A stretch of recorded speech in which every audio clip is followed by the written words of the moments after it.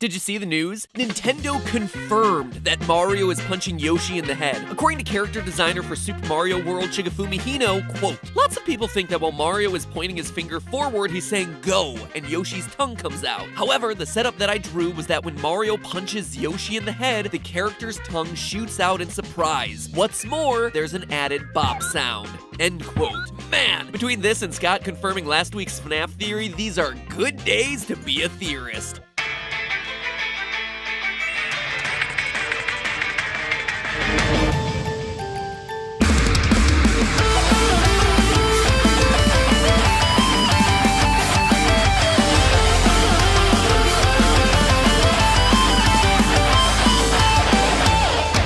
Hello, Internet! Welcome to the chaotic neutral of internet web shows. Now that we're 200 episodes into this series, across all the talk of evolution and genetics, math, and science, I hope that you've at least learned one crucial lesson from me. Not to take everything at face value. I mean, sure, we're told that Mario is the hero and that Bowser's a villain, but rarely is the story so black and white. A hero is only truly a hero if you're fighting on the same side. It's a matter of perspective, and as a result, the concepts of good and evil aren't nearly as black and white as we'd like to believe. To those who believe in Bowser's cause, he's the hero. He's the one doing good. Meanwhile, it's important to remember that we, as the player, are only being presented with one side of the story. That's why we always have to question what we're being told and why we're being told it. And heck, who knows if that's true for something as silly as a video game about roided up plumbers. It may even be true in real life. It's me, Mario! Nah, what am I saying? The reason I bring this up is that there are just some characters, like Mario and Bowser, who exist in shades of gray, who are either good or bad depending on your perspective. But there is one character in Mario who is pure evil. Someone sinister who aligns with no one, who intentionally sows the seeds of chaos for his own profit. He's flown under the radar, but make no mistake, he's the Mario universe's version of a war profiteer, creating conflict and then selling his wares to everyone involved. He is the purest villain in the Mario series, and that man is Professor Elvin Gadd. You heard that right. This walking, talking poop emoji responsible for providing Mario and the gang with a slew of helpful, wacky inventions is low-key the Mushroom Kingdom's biggest threat. But to understand why, let me shine some light onto the matter. Or should I say, sunshine some light onto the matter. Because even though he doesn't make an appearance in this game, the tragedy that befalls the tropical Isle Delfino in Super Mario Sunshine was 100% orchestrated by the Professor. Throughout the game, you're fighting against a disguised Bowser Jr. as he figuratively and literally paints the town red with his magic paintbrush. Mario's primary weapon against the onslaught, the Flash Liquidizer Ultra Dousing Device, or FLUDD for short, which is waiting for you on the runway when you land. It even comes attached with a little note that says, "Thank you for purchasing this item from Gadd Science Incorporated." EGAD! It's EGAD. But there's another part to EGAD's role in this game. You see, while he's responsible for creating the FLUDD, he's also responsible for creating another Mario Sunshine item, the very paintbrush Bowser Jr. is using to trash the island. Take one good look at the logo on the paintbrush and there's no denying that is the mark of our yogurt swirl-haired friend. Which begs the question, how did Bowser Jr. of all characters wind up with one of EGAD's inventions? It's not actually that much of a mystery. Bowser Jr. just outright says, "A strange old man in a white coat gave it to me." A strange old man in a white coat. Gave it to you? Not I stole it or I bought it, but EGAD just straight up walked up to an oversized turtle dragon and gave it a powerful magic paintbrush capable of bringing life into the world? And don't for a second think that he doesn't realize the threat that the Bowser family poses. Canonically, Luigi's Mansion takes place before Sunshine, and in the finale of Luigi's Mansion, Luigi talks to EGAD about King Boo turning into Bowser and breathing fire at him. So clearly the Professor knows the danger posed by the King Koopa family, but still, in a quaint feint, still hands them the tainted paint.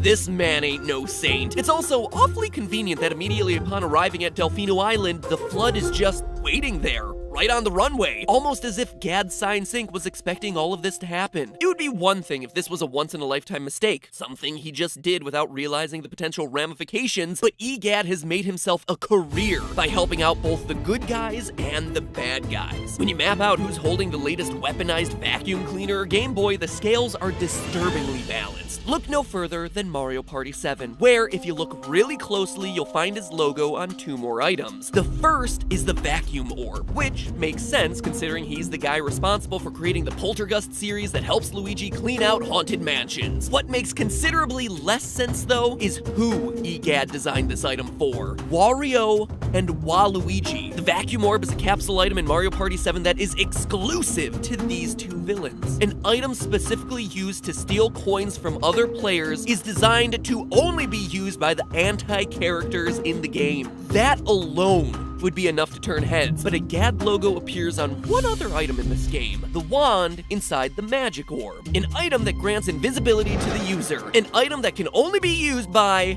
wait for it, Boo and Dry Bones, recurring undead enemies from practically every single Mario game. In the entirety of Mario Party 7, the only items bearing the GAD logo are designed to help the villains. So EGAD pretends like he wants to help, but secretly he's undermining things from the shadows for his own benefit. And it's not just on Delfino Island or on a board game table. Most games he appears in, he's the one responsible for the chaos in the kingdom. In Mario and Luigi Partners in Time, EGAD creates a time machine, and for its maiden voyage, its sole occupant is Peach, the monarch of the Mushroom Kingdom. Hey, here's a good idea. Let's send the princess back in time inside of a death trap using an untested technology without anyone else in there for protection. What could possibly go wrong? Spoiler alert, everything. She's trapped in the past and kidnapped by mushroom aliens, despite EGAD saying that there's a 99.99999% certainty that nothing will happen. You might want to run that calculation again there, Doc. But when things go wrong, here's EGAD to help again. He's left behind at the castle to do research on the new alien species, taking over both the past and the present. And what does he find that's useful to the team?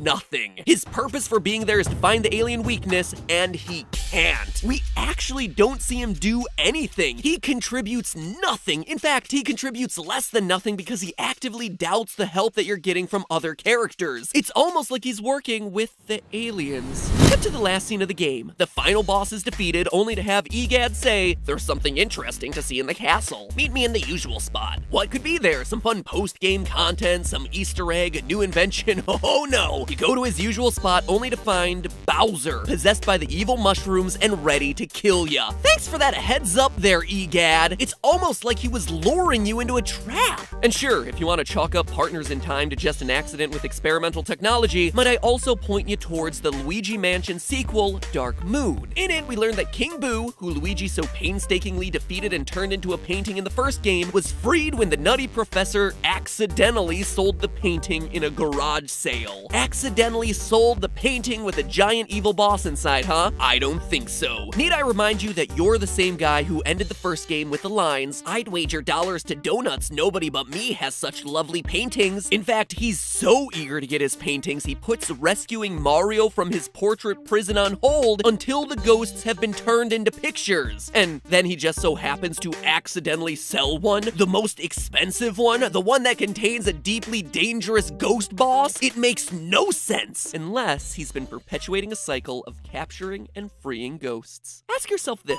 of the 23 main ghosts in Luigi's Mansion, how many are actually hostile towards Luigi before he starts attacking? Only 4, with one of them being King Boo, the boss of everything, and the other is a literal guard dog, protecting the mansion from an obvious intruder. So why are we capturing all these non-hostile ghosts anyway? Because EGAD told us to. Come to think of it, EGAD has been controlling the story we hear in this game the entire time. He's the one that told us what happened to Mario, but when you actually look at what he says, he didn't stop Mario from going into a mansion he A, knew was haunted with dangerous spirits, and B, says he mysteriously saw pop up only days earlier. And he knows the Mario brothers at this point. Partners in Time shows that they save him from his old lab, and yet he casually watches as one of his former saviors walks into a dangerous mansion and then doesn't bother to do anything about it. But that's not all. Isn't it suspicious that Mario is trapped in a painting of all things, and that EGAD just so happens to have a machine that turns physical beings into paintings and paintings back into physical beings? In fact, in Luigi's Mansion, we never actually learn how the ghosts escape from their paintings to begin with. with. All this time, EGAD was capable of reversing the process. Who's to say that's not how the ghosts escaped in the first place? Remember, this is the same guy who captures ghosts for a living, but then supplies them with magical items during rounds of board games. He might even have helped create the ghosts in the first place. As he says in the game, quote, "I'm pretty sure they're ghosts freed from the paintings of the ghost artist Van Gogh. This guy brought ghosts to life every time he picked up a brush. A paintbrush that brings things to life, you say? Huh, where have I seen that one before, EGAD? But why?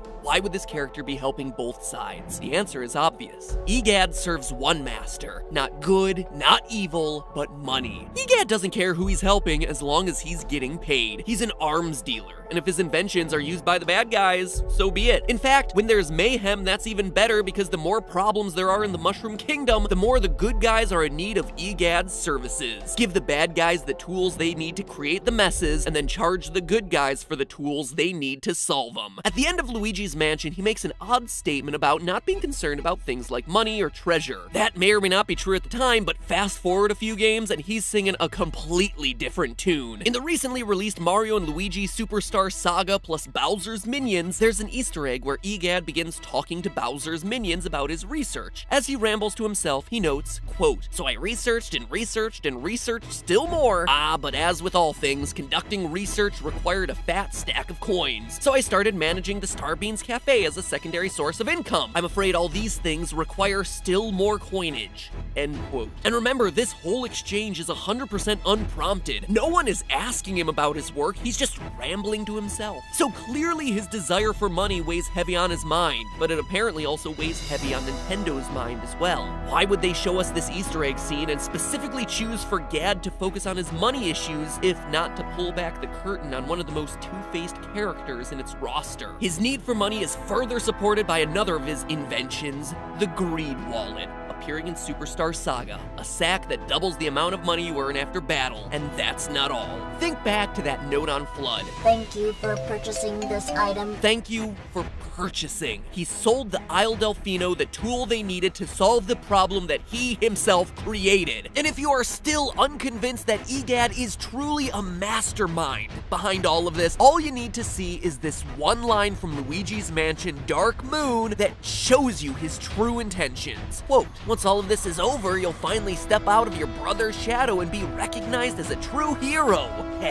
Laughing under his breath. He is clearly manipulating Luigi, playing on his poor emotions and feelings of inadequacy, and laughing about it under his breath all the while. If that doesn't show you that he is more than just an absent-brained professor, I don't know what will. EGAD creates inventions that cause problems, like the paintbrush, the time machine, the portrificationizer, then creates the solutions to those problems at a cost. The Flood, the Hydro Gush, the Poltergust. He fuels the feud between the two warring factions in the Mushroom Kingdom and hides out in the middle, raking in his profits. We've all assumed that Wario is the money-grubbing character of these games, but little did we know that behind those swirly glasses, EGAD's eyes are green with dollar signs. Or gold coins, or whatever. But hey, that's just a theory. A game theory. Thanks for watching. Welcome back to the Super Amazing End Card Tournament, where today I gotta ask, do you think EGAD is truly evil? Let me know by clicking the eye icon in the upper right-hand corner of the screen and then choosing your vote. And hey, while you're clicking on things on screen, make sure you click that subscribe button that should appear on the screen right now. You know what? I'm sure it'll show up eventually. We are so close to 9 million subscribers. It would be amazing to hit that before the end of the year, so please subscribe to get exposed to more truths that the gaming industry doesn't want you to find out. I have all sorts of really awesome theories planned between now and the end of the year to try and hit that 9 million mark, so please help us on our quest to get to that massive milestone. It would be incredible. And lastly, if you've ever wondered just how big and valuable the mansion from Luigi's Mansion is, well then, you should check out my earlier video where I answer exactly that. Luigi is in fact the richest man in the Mushroom Kingdom. Click the box to your right. Now if you'll excuse me, I need to go play some more Super Mario Odyssey because there's just like a butt ton of moons in that game, and I need to get them all. Completionists for the win!